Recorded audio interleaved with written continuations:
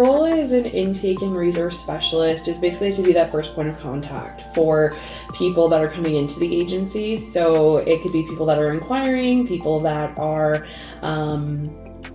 maybe on the wait list and they're needing kind of some resources in between, and then ultimately to do their intakes, figure out if we're the right place for them to be, as well as to match them up with the appropriate therapist if we are that person, or even to work with them on different referrals and stuff if that's what they need.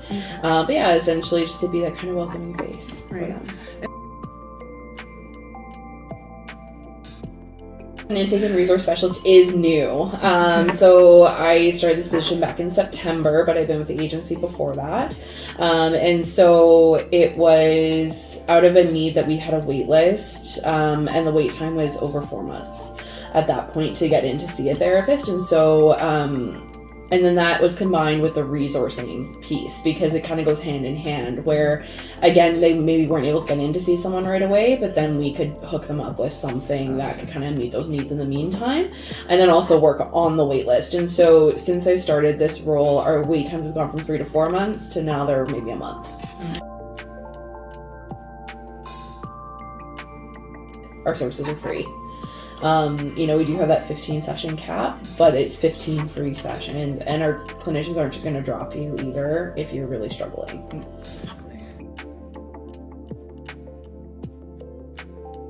So our agency serves anyone 3 and up. So with kiddos that are under 18, I typically do intake with the parents just because of the nature of what we're talking about.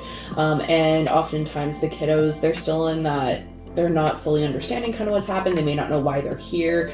And so it's important for me to talk to that parent one-on-one to kind of see, so they can feel like they can talk freely about the challenges they've been having and things like that. For some of the older kids, I could potentially talk to them if they're nervous or they have questions. I'm more than willing to do that.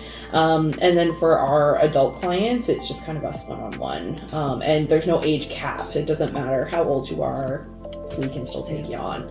If you have sexual violence in your past or you're supporting someone who has experienced sexual violence, we're there. So oftentimes a lot of the referrals we get are from places like the Child Advocacy Center, who are right above us. We get a lot from AHS, so their mental health place. We even refer to them as well, because we focus more on the sexual violence healing, not so much the mental health that might go with that or pre-existing mental health. And so Shining Mountains actually has been another one with us in terms of trying to find housing resources and that sort of thing.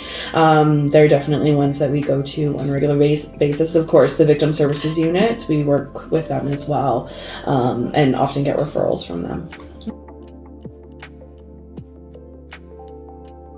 I think the most rewarding part for me is being that first point of contact. I don't take it lightly that I'm their first contact with this agency, and it's important to me that they feel supported and safe and heard. And I think the most important thing is that I want people to feel like they're not being judged here.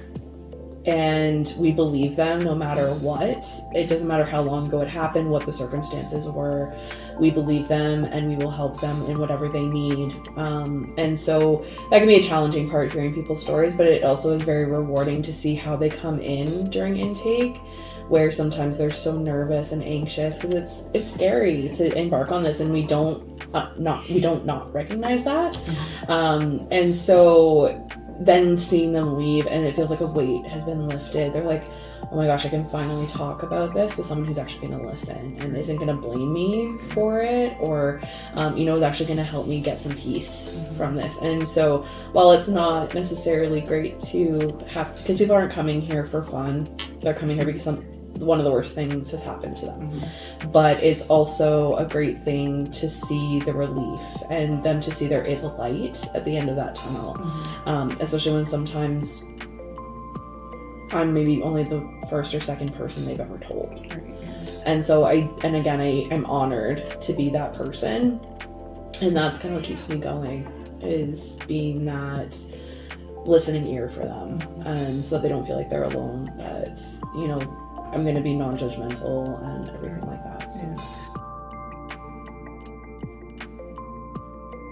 So they can either reach out to our main line through the 340 number, or they can they can call and just ask for Ashley, and they'll be directed to me. Our front desk is also really great at answering questions that anyone has, but if they have more in-depth questions in terms of what to expect, what does the intake process look like, that sort of thing, that's where they can ask to speak with Ashley, and then I can help them through that process. Or again, if they're needing, maybe they don't need us, but maybe somewhere else, I can also help with that.